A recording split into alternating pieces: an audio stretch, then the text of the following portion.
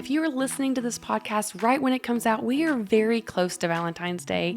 And so we thought, oh gosh, we need to talk about the topic that many people are either feeling fear about or experiencing anticipation about, and that is sex. And it is such a trigger topic for so many couples, especially around this holiday, because again, it's usually either out of obligation or because it's expected to happen. And so we want to dive into how did we get there? And what can we do in our relationships to not put so much pressure even on a day, because sex becomes such a part of our conversations and our relationships that it's just a part of our life. So welcome to the Connection Codes podcast. This is the podcast where we break open our emotions that take us from being disconnected to connected in our relationships and with ourselves. I am your host, Tira Wages, and I am here with a marriage and family therapist, clinical sexologist, he knows what he's talking about, Dr. Glenn Hill, and his incredible wife, Phyllis, who helped Dr. Glenn put all of this together to found the Connection Codes, which is the guide to human connection. Wow. And we're so glad you're here.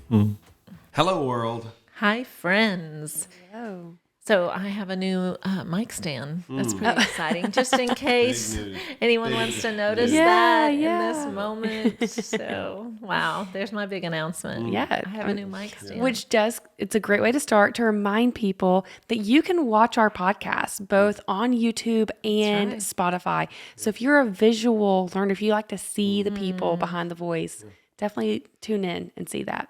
Well, it is interesting that you say that, because I know a podcast we did recently with our son, he got emotional and I got emotional, and you can hear it definitely in just the voice, but to me, it's really powerful when you actually can see it. Yeah. You know, it just adds another element of just the power of the words that are being spoken. And I'm thankful and proud of us that we have the camera going at all times. Yeah, for sure. Because we definitely, those emotional moments, we don't plan them. Yeah. They just kind of happen. So For sure. it's pretty cool that those are captured. Yeah, 100%. But Yeah. As we, thinking about emotional moments, that triggered me into what we're talking about today, which is a very emotional subject for a lot of people, especially leading into Valentine's Day.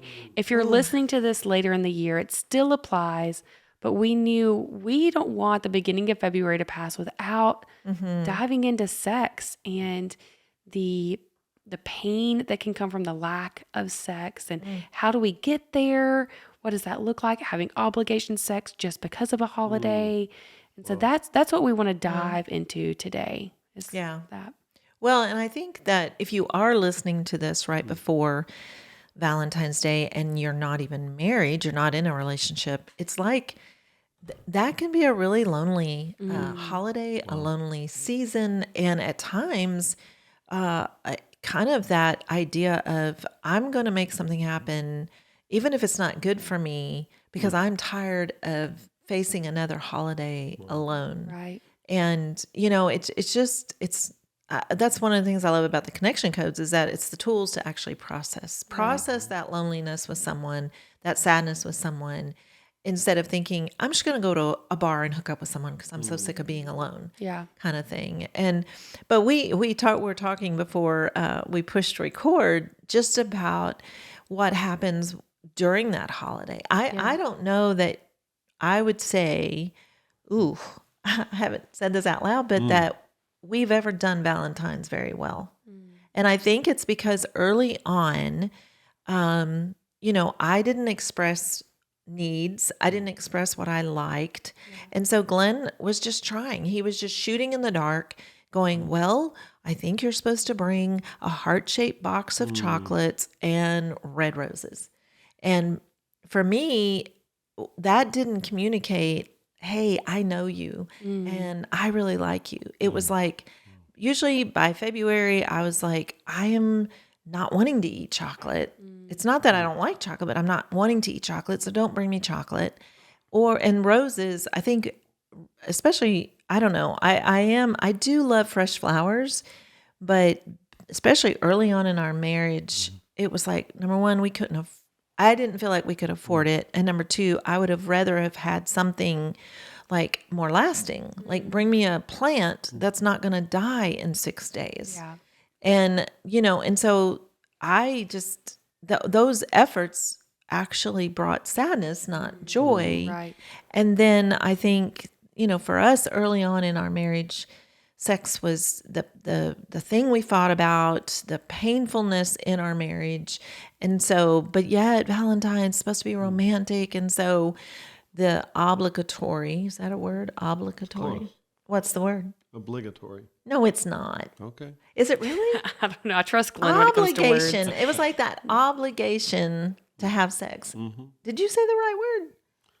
Believe what you like. Yours sounds like obliterated. Oh, okay. Okay. Well, anyway, it was like An having obligation. having sex out of obligation. Like it's a holiday. It's my way of saying thank you.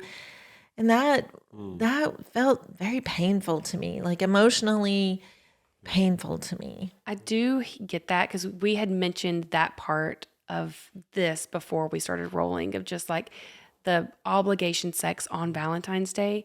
But then I also have pain for people that are the higher sex drive of the relationship that don't get sex very often. And they're like, Valentine's Day is coming. I will get it on Valentine's Day. Like it's something that they hold on to as like, I know that this is going to be my time for him or her to do this thing with me. And so I have pain for them that that's what they're holding on to. And then that the other person is just like, well, this is an obligation, so I have to do it. There's just so much pain. Yeah, the problem is exactly that is there's already so much pain. Yeah. And I get it. We are where we are. We go from here. But I want to get people way past that so that it's, well, at least February 14th or, and just so you know, we try to share this easily, but we know when our first two children were conceived, that's how seldomly we were involved sexually, which is always fun to share this in a group with our kids there. Our oldest child was conceived on Phyllis's birthday, and our second one was conceived on my birthday. So that's, again, what we're talking about, that obligatory, or however you say it, sexual interaction. That's the only benefit I know of it, is when you can actually track exactly when your children were conceived. But we were involved so seldomly, so infrequently sexually. And I think every sexual interaction we had was a pain experience for you, and not necessarily physical pain, but it was not connecting at all. And that's one of the reasons I got a PhD in sexology, because I knew from our experience and seeing it with so many other couples is how significant sex was, whether in a positive or a negative way. In the vast majority, it's a negative. Nobody plans that. I've never heard that either in the wedding vows or talking to the couple, is that their plan was to, they're hot and heavy and horny at the beginning, and then they plan for it to dissipate into some level of blahness within whatever, weeks, months. For us, it was days, literally. But I've never heard that. I've never met that couple that they figured, give it 6 months, give it a year, and it'll just kind of dissipate into blahness. Never heard that. But that is what happens with the vast, vast majority. We don't have real clear data on that, but it's a very large majority of couples. That's exactly where they end up. Right. And the reason we're even wanting to talk about this today, that it's come up, is because we've actually heard from people recently that I've gone a decade in my marriage without sex. Another person message was like, it's been months for me since we've connected sexually. And so we're very aware right now of not only does it just dissipate into blahness, but for a large group of people, it just dissipates. Like there's not even anything else there for years and decades. And so my question is then, because none of us believe that you should have sex if you don't want to have sex. Like that's something that we very much stand on for sure. But at what point, like, what does that look like then? Should the other partner just accept, well, my partner doesn't want to have sex with me. I'm not going to force them to have sex with me. So do I just live the next decade of my life without this? Or do you think that there are possibilities where both of them are just like, yeah, we're cool not having sex for the rest of our lives? Yeah, I don't know how you are going. I've never met the couple. There's a movie that Barbara Streisand and somebody made years ago. What was that called? It's one of the can't remember it. But they talked about the idea of setting up a sexless marriage from the beginning. Okay. And I know it's a movie, Right. but it's an interesting story. The mirror has two faces. What if I was right about that? That'd I think be I should amazing. get like a candy bar or something. But it just presents that idea, and in reality, again, just the movie's narrative is that it didn't work for them. That they actually very much wanted to be involved sexually, not too long into their marriage. So, but again, that's a movie. I've never seen that in real life where a couple's like, oh no, we have zero interest in being involved sexually. I'm not saying that couple doesn't exist. I've just never met them. So, again, a huge majority of couples want to have great sexual involvement, even if they maintain some level of non-sexual, abstinence or whatever before their wedding. They very much want that. So it's fascinating to observe. That's true for most of us. We end up somewhere where we didn't intend to be, and it happens incrementally. And that was certainly not true for us. We didn't plan to, end up in this semi-sexless relationship. Certainly not 24 hours before our wedding, and it just happens little by little by little. And I think that a sexless marriage is kind of you got to slow down enough to go, how did we get here? Well, And I think for a lot of couples, I think there's a lot of miseducation where we hear well, I'm just not attracted to him anymore, or I'm just not attracted to her anymore, or you know what, I'm not turned on. And it's like, oh, well, then there's obviously that's it. There's no change in that. There's no hope. There's no making a difference. And I think, like, if I'll just speak for myself. If I did that with my health goals, like, well, I don't run marathons anymore. Well, then I would just accept that as never again can I achieve goals on that level. And it's just kind of going, wait a minute, I may need to start over. I may need to walk for 5 minutes to get myself back out the door, but I don't need to go, well, I'm old now or something, and to just go, well, that's our marriage now. And I'm just not going to figure out what's behind it and how can this change. I think for a lot of people, they don't have any hope that it can actually turn around and become different. Yeah, and a lot of times we don't, and I think that's the power of the three phrases with the connection codes, to be able to go, what's happening for us here? What did we miss? To be able to just figure out what you missed, to figure out what's happening. And our culture, we were talking about this morning in our meeting, just that we're so symptom oriented. We look at the symptom just like that to say, well, this is just where we are, as opposed to going, well, wait, what happened? I'm not attracted to you anymore. And then that's just that. That's the diagnosis. Well, I'm not attracted. Well, wait, what's happening that I'm not attracted to her anymore? There's something underneath that, but we tend to just make the statement. It's like, well, that's the way it is. We fell out of love. Oh, sad. And that's just the diagnosis. Well, we grew apart. Well, wait, I want to get which of course in Connection Code's journey, that was way back in the early 90s, what started our quest to figure this thing out, because it didn't make sense, because that's what we heard all the time. Oh, we grew apart, we fell out of love. And that was usually the end of it. And, I don't claim to understand God's spirit, but that was a big part of the magic, was that we asked the follow-up question of our friends, so many of whom were divorcing. We said, wait, what does that mean? You fell out of love like on a Friday at 6 or, Sunday at 3? We grew apart. Well, when did you grow up? Tuesday at 4? You started growing apart. What does that mean? To find out what was actually happening there. But again, that's the three phrases, just to find out what's happening here. What are we missing?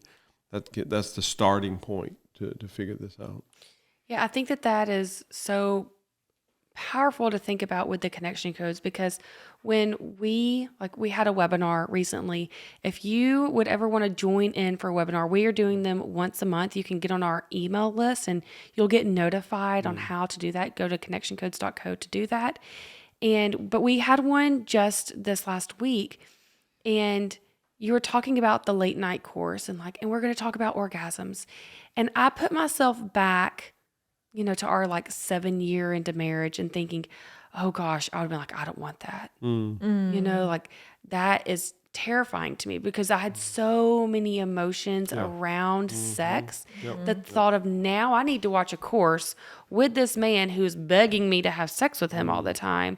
And we're going to talk about my orgasms. Whew, that just does not sound like a good time. But then on the flip side of that, I had this husband who was desperate for a wife that would meet him there sexually. And so there was just always this friction between us. And so I think that just shows, one, the power of, you have to be emotionally connected before you're physically connected. Yep. And we weren't emotionally connected at the time, because I wasn't emotionally connected to myself at the time. Yep. And then 2, that when people find themselves in a sexless, long-term relationship, I often think that if you ask one of the partners, well, why aren't you having sex? They would be like, well, we don't want to. He doesn't want to, or she doesn't initiate. Right, yeah. And I wonder, have you actually had that conversation? Have you actually asked them, are you happy? Do you have joy that we are not connecting sexually? Because right now it's easy to assume, because they're not initiating, oh, they're fine with this. Right. They want this. When in reality, it may have just been that they've initiated 100 times and were rejected. So why do it anymore? Yeah. And for so many couples, and it may not be both of them, it could just be one of them, but there's so much fear between them. There's so much pain between them, whether it's loneliness, sadness, hurt. We just avoid those things, and we're actually coded to avoid pain. And so, for Phyllis and I, for so many years, I felt so much pain around her. She felt so much pain around me. Well, no, we really don't want to go there. So in a sense, I mean, you're right, but in a sense, there was joy in avoiding the pain experience. There was joy in just, because for me to say to her, and this is one of the reasons I'm startled by the connection codes to this day, because now we know how to dance. For so many years, for me to say to her, I feel joy about sex with you. Oh my gosh, I'd rather climb a mountain or jump off a bridge. That was so overwhelming, the idea of being able to do that. Which, again, the reason it's startling for me is because now that's how we live all the time. It's amazing. Right. You know it's possible. I hear that, but I think my question is, if she had asked you, do you have joy in not having sex? Would your answer have been yes? Yeah. And so I understand having joy in the avoidance of the pain. Right. But there's not joy in the lack of a sexual connection. Yep. Because that is one thing that I love that you talk about, is that your sexual connection is what separates you from every other relationship that you have. Yep. Unless you are in a committed relationship where y'all have decided to have sex with other people, your partner that you have chosen, that's the only thing separating you from everybody else. And so when that clicked for me, of, oh my gosh, I am the only person that Wes gets to experience this with, I better step up. Wow. Because how sad would I be for this man if he lives the rest of his life in missing out on the one thing that I can give him that's different than his best friend, neighbor down the street, anybody else. And so in really thinking, yes, there is the joy in the lack of pain when there's the fear and the shame and all those emotions around sex, but there is definitely not joy in the lack of sex. Yeah, absolutely. Yeah, I was out with a couple last week, and I never heard it worded quite this way, but she said it's cheaper not to share with him. It's cheaper. It costs me less to not be authentic with him. And he wept whenever she said that. And they're just starting their connection coach journey because he had no idea that she's living every day. And I sit with couples occasionally where I'll talk about that. I'll say to the one, do you want to know the authentic self, for your partner? And then whichever one, but she'll say, it's not worth it. Because it's so dangerous and usually harmful if I do reveal myself that, nah, it's not worth the experience. And again, that's because they didn't know how to do it. And that's the other big point, and we talked about this in the webinar the other night, is that people don't realize that dynamic sexual connection is built on top of deep emotional connection. And all you have to do is go to the grocery store, go through the checkout stand, pick up, one of these magazines, and they all talk about logistics. It's a new technique, a new experience. Oh, you need some red roses, or you need to go out to a nice restaurant, or what? You need to go to an all expense paid resort, and then you'll have the. That's just all logistical. No, it didn't matter where we were. You could change the zip code to 1,000 different zip codes. It didn't matter if we were there. We're still us. And I didn't feel safe with her. She didn't feel safe with me. We did not experience emotional connection, so we sure as heck didn't experience sexual connection. And it didn't matter if we were in the Grand Cayman Islands or wherever. It's all the same. And it's so bizarre to me. And, of course, being on this side of it now, I kind of get it. But it's just weird that we think, oh, well, if we change Phyllis and Glenn's address, then they'll be good. What bizarre mentality, because it's still just the two of us. Right. And I feel wounded by her. She feels wounded by her. So much trauma in our relationship. The address has nothing to do with it. Well, okay. So I think there are a lot of sides to that because I would say listeners right now could be going, no, we have the best sex when we're on vacation.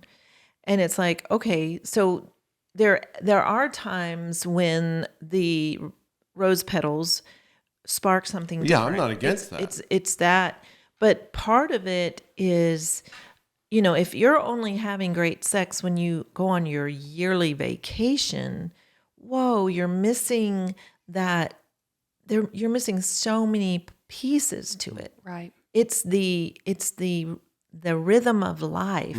It's going, okay, well, it's almost like, yeah, we only eat healthy, once a year. It's like, ooh, then your body is really suffering all the rest of the time. Right. And it's kind of going, okay, I want to be in a relationship with you where this is our rhythm. So now let me figure out what derailed us. I had a session with a woman last week where she was kind of giving all the logistics about just kind of the what stops it, what, he's wanting. He's initiating, he's asking for it. And she is just, it's like she has to go through a really, like a tunnel, a dark tunnel before she can show up there. Right. And so she's like, why does it have to be this way? And I'm like, I think you're missing a big thing about what happens for you emotionally. And I said, I think the question I asked is, do you feel sexy? And she just started crying. And I thought, oh, I'm hitting something. And so we started talking about how the purity culture that she's come out of gave her the message that it's dirty, it's wrong. That her body is bad. She needs to cover it. Yes. And so she does not know how to show up for herself. She does not know how to find herself in it. And even Tara, you just said something a few minutes ago about Wes, and that that realization, wow, I'm the only one for him. But also to realize the message of this is for me. Yeah, I get that. I want to show up for me. I want the health benefits for me. I don't want to stay in a dark place where I'm just showing up for him. Yeah. But part of the work that you have to do in that is to go back and almost like it's breaking down. What are the messages that I got early on? What are the things that I'm remembering? What are the scenarios and what are the teachings that I actually have to kind of address and to figure out, okay, it's no, I don't feel sexy. Right. And this woman, a young woman that I was having a session with, she was beautiful, and in the world standards, there was nothing that she needed to work on as far as her looks, her body, or whatever you would say on that standard. That's part of to me, the lie that you're going to read in a magazine, you're going to see on television shows where it's like, well, Sex and the City, sometimes people refer to that show. It is a show, right? Yes. I know they made it into some kind of movie, but it was all about, kind of if you just look right, if you, can wear stiletto heels, if you can do this, then you are sexy. And it's like, that's a lie. Yeah. Because people who look like that and who can wear stiletto heels, that doesn't necessarily mean they feel sexy. Yep. Right. And on this, the same thing of what you're saying, I want to emphasize for everybody listening that your body image doesn't matter to anybody but you. Right. And we often compare our health journeys to our relationship journeys because they take effort. They take mindfulness, and they're not always easy. It takes us deciding to do it. So it's an easy analogy and comparison for us. But when we talk about being unhealthy, it's just because we care about yourself and what is your version of healthy in yourself. And we want you. I love, honestly, how I follow several influencers now that are considered, they advertise themselves as plus size models and they model the dresses and model the clothes. And those girls are fire. Like, they are so sexy. They have it in them. And I'm like, give this fire to me. Mm-hmm. And so I just really want to emphasize that it doesn't matter what size, shape, color, vibe you are. It's finding that fire inside of you and having a partner that puts gas on that fire, and I do think that is a call for the partners. It's like, husbands, if you want your wives to show up and confidently take her clothes off in front of you, how often are you putting gas on her fire? How often are you speaking that life into her body and telling her how beautiful she is? Whether there's stretch marks all over her from birthing those babies, how sexy those are to you, because you know what her body has done and the beauty of that. I just think it's so important. Yeah, absolutely. 100%. She has to be able to convey what's valuable to her. And it's vice versa, 100%. too. Because so much of the time when we sit with couples, he doesn't know what's valuable to her. He has no idea what is a pain point, what's a joy point for her. And again, vice versa as well. I mean, typically it's probably the female in that specific setting more so, although it happens with guys. Oh, yeah, it Too. does. And to realize I don't look the same as I did whenever we met when I was 16, you were 15. I don't look the same as when we married when I was 20 and you were 19, and of course vice versa. But our sexual connection is deeper and richer and just more spectacular than it's ever been. It has nothing to do with, Phyllis finally got back to looking like she did on our wedding night. Well, that's not true, and that's never going to be true. And that has nothing to do with how we connect sexually. So, but it's important that we're able to convey that. There are things that Phyllis over the years has thought were valuable to me, and they're just not, and vice versa. Things that I thought, if I do this, if I, Phyllis shares in late night that, for so many years I would buy her white frilly lace lingerie. She's not a white frilly lace girl. She's just not. Well, I didn't know that. Right. And we were poor back then. I spent way too freaking much money on this stuff. I think that a shift that's happened for me, and I'm at a higher weight than I ever have been. I weighed myself last night, and I've been working out for a while, and I'm real frustrated about the number on that scale. It's mostly muscle, Tira. I'm telling myself that. It's just muscle. I'm telling myself that. You're a brute now. But I can think back to our earlier days and the way Wes would pursue me. I just felt like a body, just like, he just wants sex. And I see there's a trend on TikTok and Instagram of like, it doesn't matter what the wife is looking like the husband is after them for sex, and I love that trend. I think it's super cute because I can relate. It doesn't matter if I just rolled out of bed. Wes is wanting sex. But we have had a shift to the way that he talks to me about me, I know he wants me. Right. Right. At where I'm at today with my post 4 kids body, he wants me.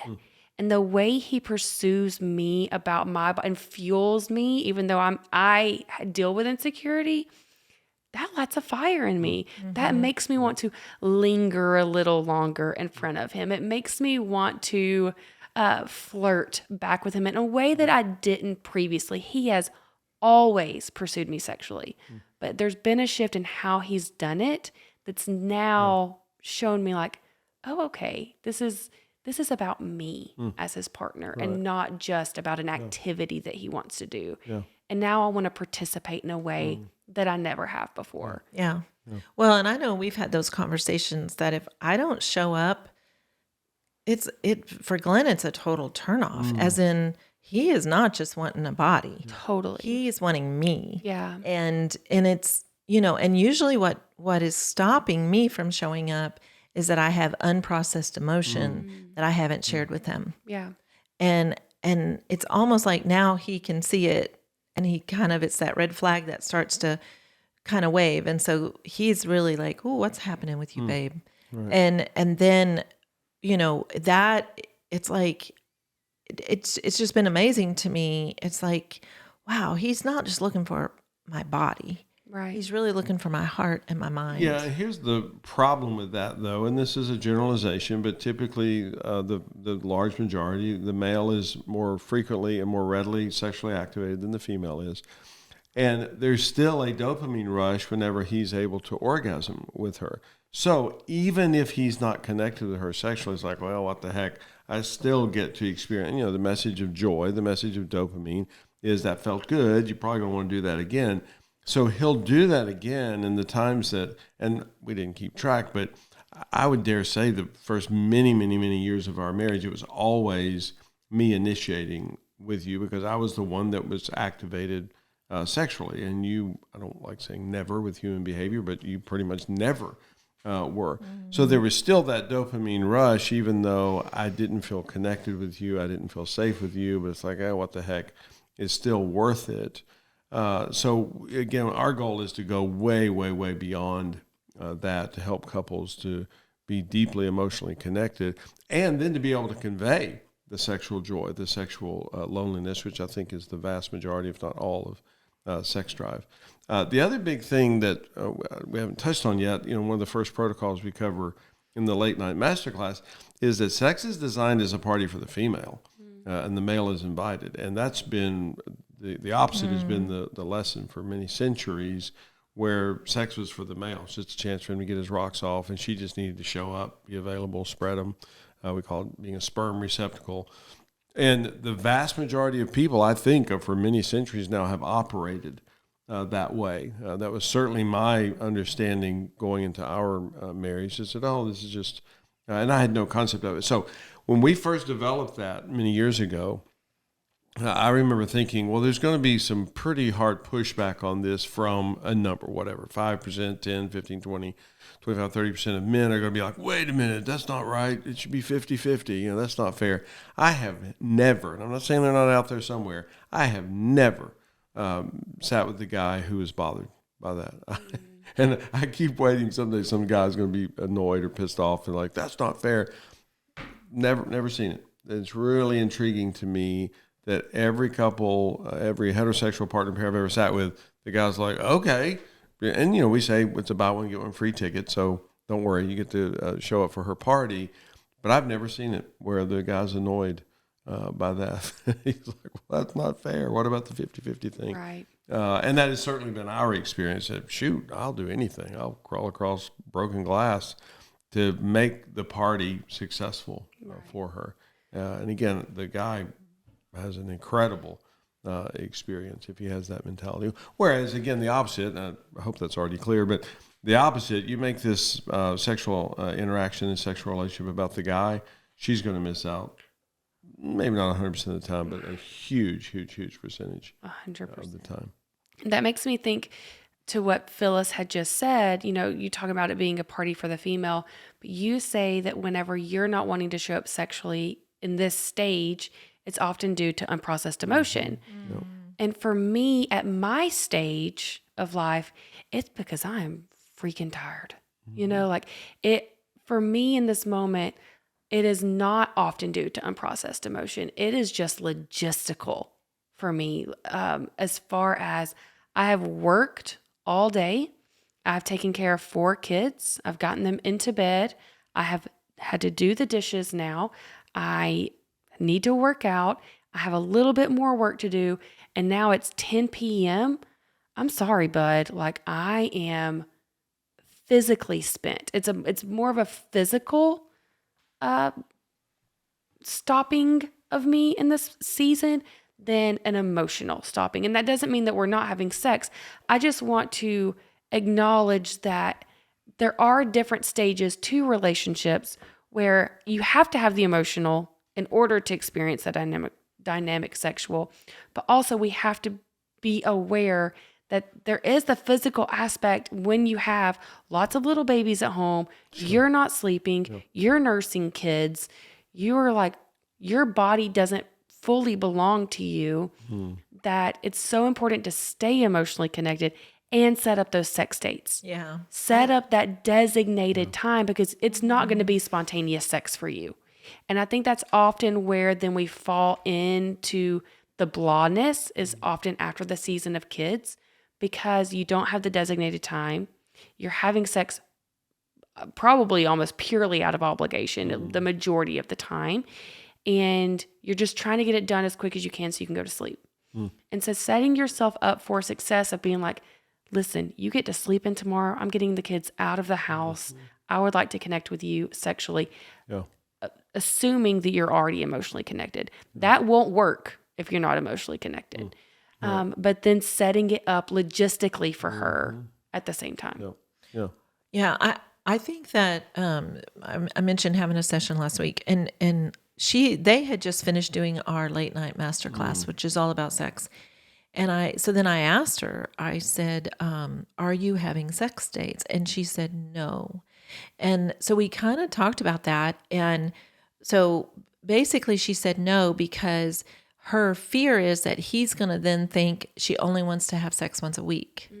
And what was interesting about that, because I think there was some pain in that for me, because I'm like, ooh, did you kind of miss that in the late night, how we break that down? Because this is not supposed to then be just like you're only allowed to do this once a week. But what's interesting with this couple is he pursues her every night, hoping. So she rejects over more, she rejects a lot. He's just hoping he'll get lucky at some point. Right. And so he's constantly pursuing. Right. And so she's constantly, it's like she feels so much pressure in it all. And so I just broke down the whole point of a sex date is for him to really show up for her. And I said, and we've gotten a lot of these great suggestions. I mean, we can share our own experience, because we started this when our 4th one was, she was 2. She was, between probably, she was not nursing anymore. So she was probably 2. And then it was like on that one night a week, that's how we started. Glenn was just like, after dinner, it was then him finishing up homework, bath time, and bedtime with the kids. And it was my time to go and just be Phyllis. Me. Yeah. Yes. Yeah. And it was like what was important, or whatever I decided to do during that time it was not a laundry doing time. It was like, no, just spoil me. What do I want to do? And, we've heard from other couples where actually I thought this was brilliant. Dad takes the kids and goes to dinner and to the park. And so, she has, like, from earlier on, 4:00 in the afternoon on, then he comes home and puts the kids to bed. They never see mom again after 4. And the crazy thing about that, sorry to interject, but the kids think this is for their. Oh, yeah. The kids love it. Like, time with dad. Yeah. It's like, we're going to go, get pizza or whatever. And we're going to go to the park. Right. Chuck E. Cheese or something. Yeah. And they have no idea that they're completely being set up. But it's so that she can get that intentional time to not feel like it's the hats we wear. When you're a mom of young children, it's like that's the hat you're wearing, and it's like, how do I find my sexy in that? Right. Yeah, and I want to say something about that for all of the men of the world. Not that I've been elected the spokesman, but I think it's crucial that we get that it's a completely different experience for the mom. The best dad in the history of the world, I don't care. The mom contributes on so many different levels. I mean, first of all, she's the one that carries this thing. The guy contributed about half a teaspoonful, and he enjoyed doing it. So don't kid yourself. And now, I've thought about this so many times over the years, and now her body is going to be erect from this. I mean, the easiest pregnancy in the history of the world. Still, you're growing a human inside of you. Are you kidding me? I can't relate to that at all. It's like, wait, you had like something just started growing inside of you completely against your, you didn't wake up every day and say, yeah, today I think I'm going to grow the baby a little more. No. Now this thing's growing. And again, what it does to the body. And then, especially if the female's nursing.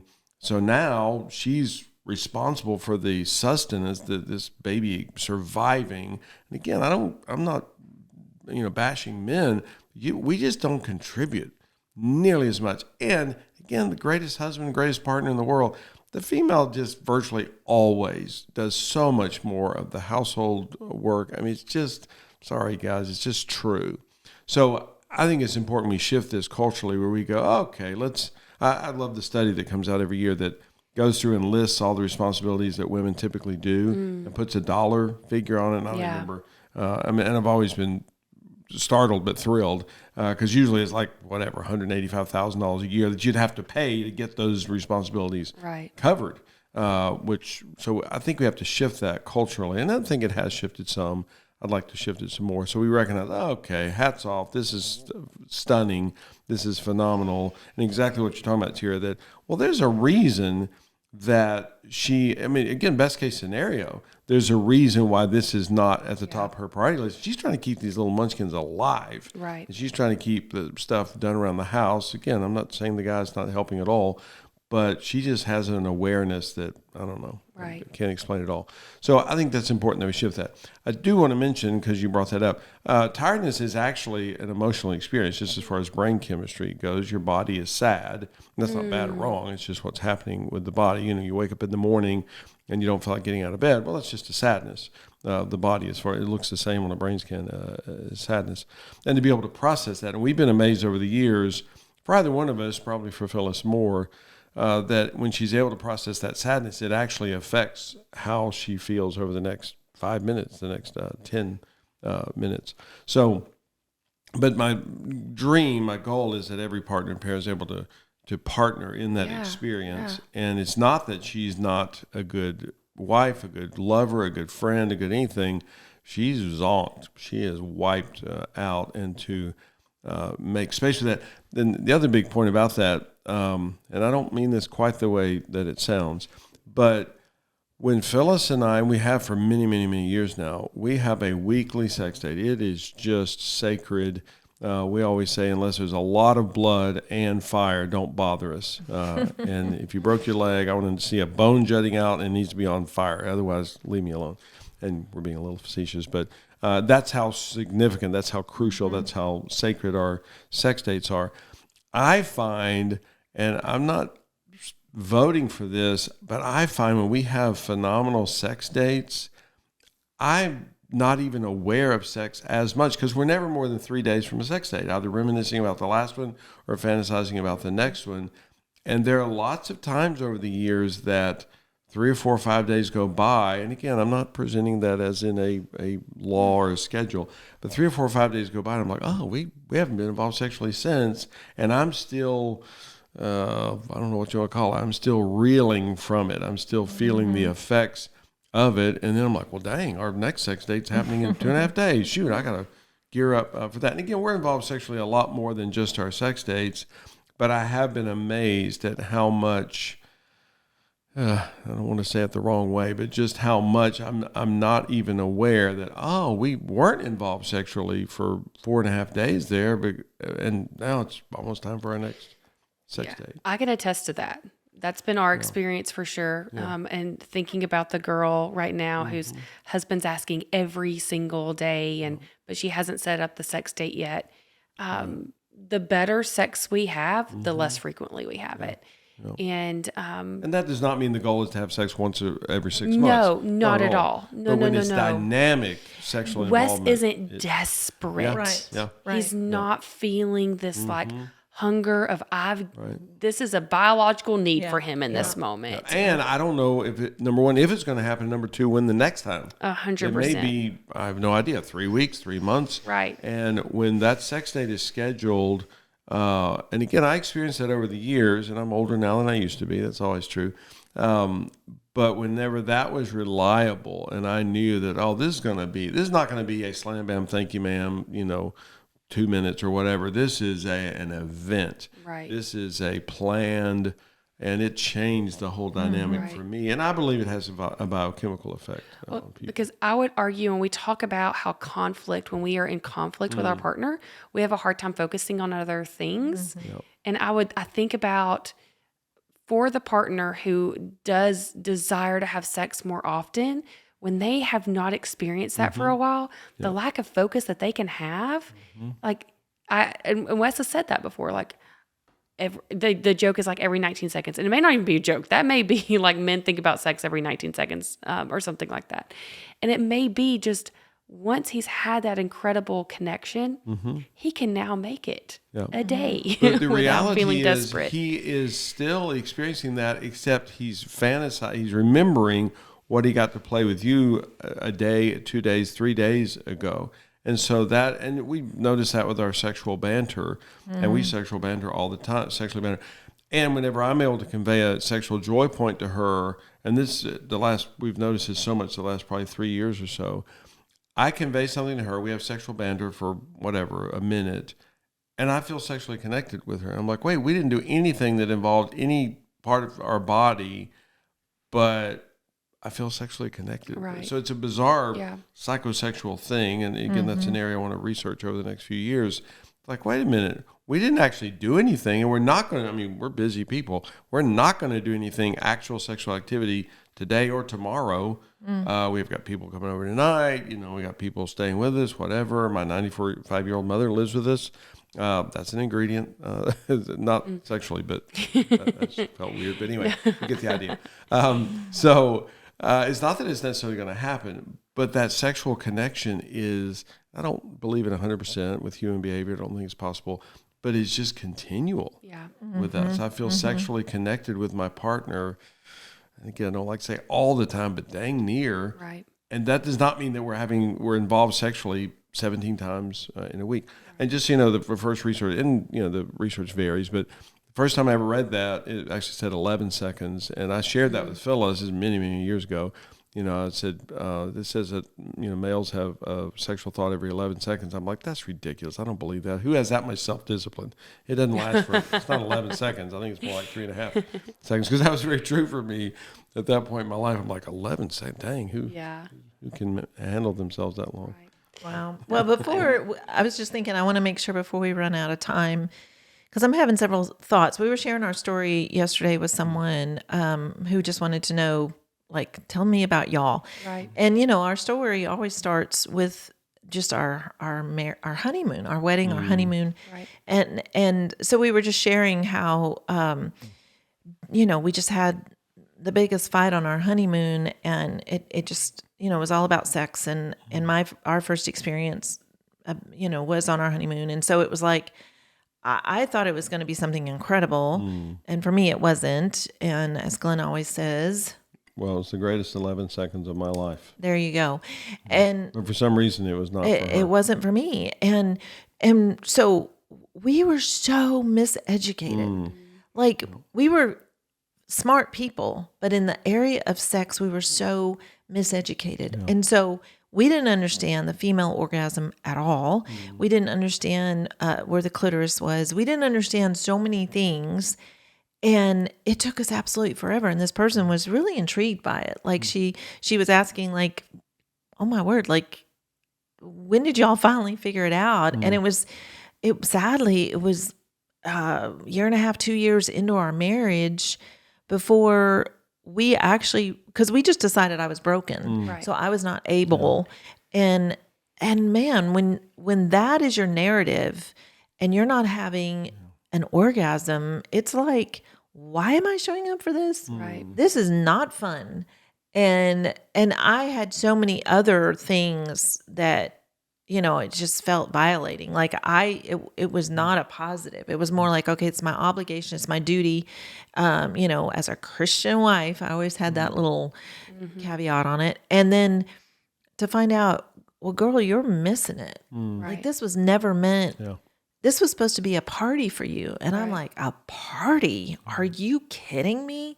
Like it was not a party. And so for those of you who are listening, and again, I don't know where you are in all of this, Yeah. but part of the reason why we created the masterclass late night all about sex is because we get it. We get that a lot of people are miseducated on this topic and just don't understand what it really is meant to be.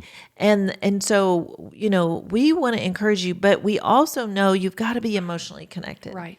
And, we've created it even in a bundle where you can get the foundations, which is getting you on emotionally, getting you on the right path. And then to be able to start on the healthy, dynamic sexual connection that can be yours. And, our story is such that it's like, it's never too late. Yeah. We've been married 40 years and our sexual connection is the best it's ever been. Yeah. So it's not that you've got to get it all straight in the first year of your marriage or you're doomed, or, if you're 10 years in or you've been in a sexless marriage for 10 years, there's no hope. That is not true. And we've seen this over and over, people who turn this around and change their narrative. Right. I would say that first, if you are in a season where sex has just become blah, you're showing up, it's blah, it's dwindling a little bit, definitely look at our Foundations and Late Night course. And we have a coupon for this podcast. It's literally just type in podcast and you'll get 20% off of that course. And the link will be in the show notes. But also, if you are in a sexless long-term relationship, if it's been a good hot minute, you're probably going to need some help walking through this to get reconnected. And Dr. Glenn has this incredible process through his practice where he does relationship consulting for people all across the world.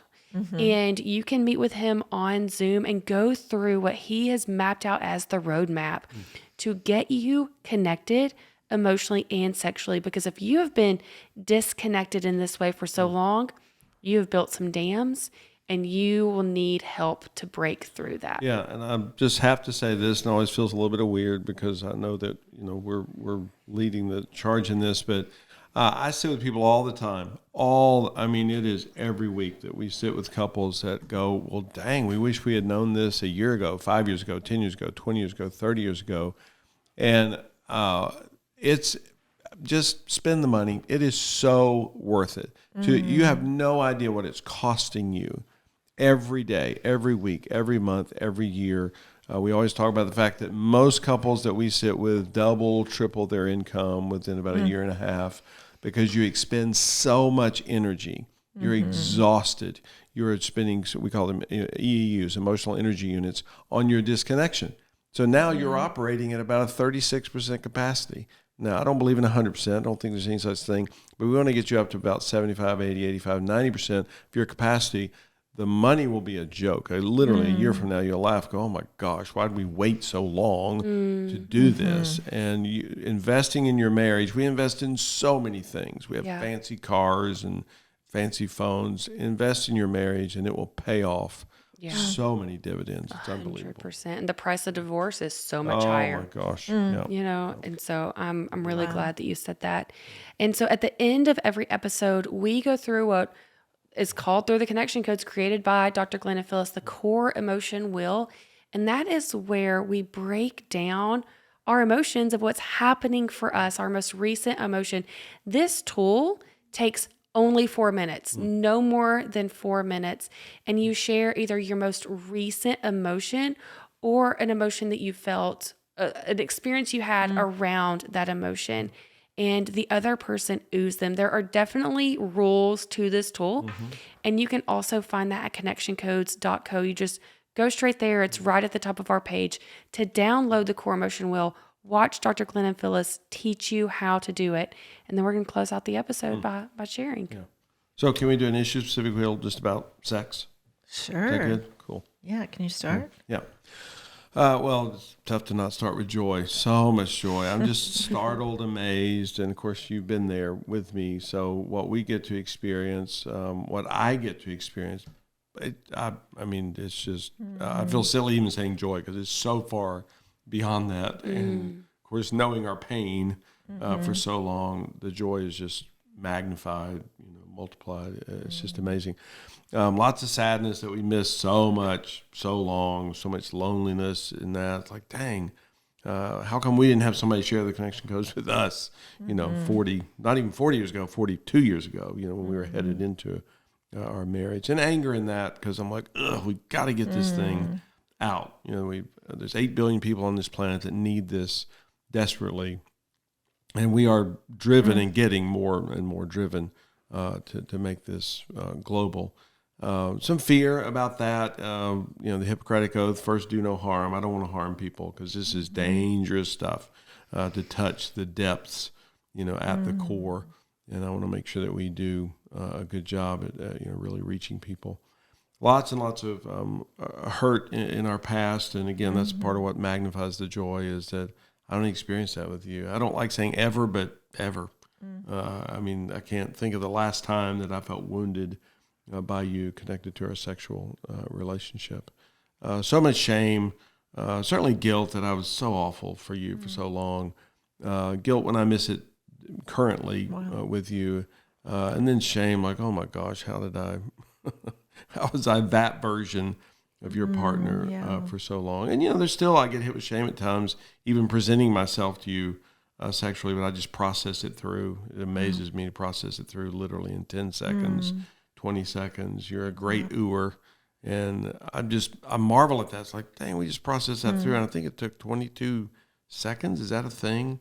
Yeah. So again, it brings me back to joy just that we're able to do that now. Wow. Phenomenal. I just realized I don't know how loudly I was actually oohing you just now. I could hear you. Okay, good. Because I think I was in my head going, what am I going to say? What am I going to say when I do my wheel? Okay. But I want to start with guilt and shame. We started this podcast talking about Valentine's Day. And I think for years and years and years, I feel guilt and shame that I didn't express my needs.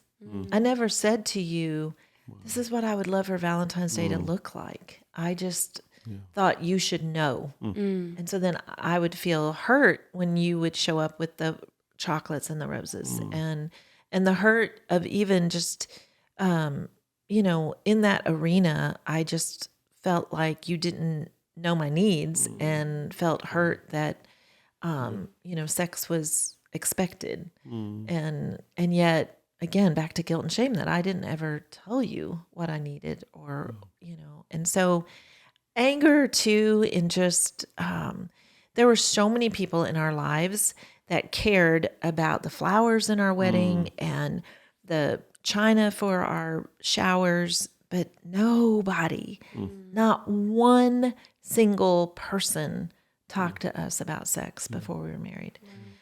Anger in that for sure. I would say the sad, no, let me go to fear because I always feel fear when we do a podcast on sex, when we speak publicly on sex, that we are doing more damage than good. Yeah. Just fear that our listeners are misunderstanding our message. Fear in that for sure. Loneliness definitely over the years have felt a lot of loneliness in sex. I mean, as far as not just with you, but also just in the world we live in, where it's not okay to talk about it. So that is a lonely place and has been for me. Yeah. Okay, let me see. Did I say my sad yet? Did I say my joy? My joy is definitely getting to live where we live now, and that you tune into me so much in this arena, and you're so aware. Because I would say that it is still time. I mean, I'm still affected by the early decades of our marriage, where I want to only show up for you and not for myself. So I feel so much joy that you push me to show up for me, and that you notice when I'm kind of quiet, then you're like, okay, what's happening? I want to know what's happening for you. So I have a lot of joy in that for sure. Wow. I love that. Cool. Thank you so much for joining us today. And please, if you have not left us a 5-star review on iTunes or Spotify, those are so helpful. And we read those reviews, and they mean the world to us and getting this message out. And again, if you're like, okay, tell me that link again. How do I find this information? Go to connectioncodes.co. It'll be linked in the show notes. And that's where you can find our free download for the Core Emotion Wheel. It's where you can find our master classes using the code podcast and for 20% off. And it's where you can find Dr. Glenn and Phyllis to book a relationship consulting session with them and connect with them to get reconnected together, because that is our ultimate goal here at the Connection Codes, because you need this. You deserve this. So let's do this. Let's do this.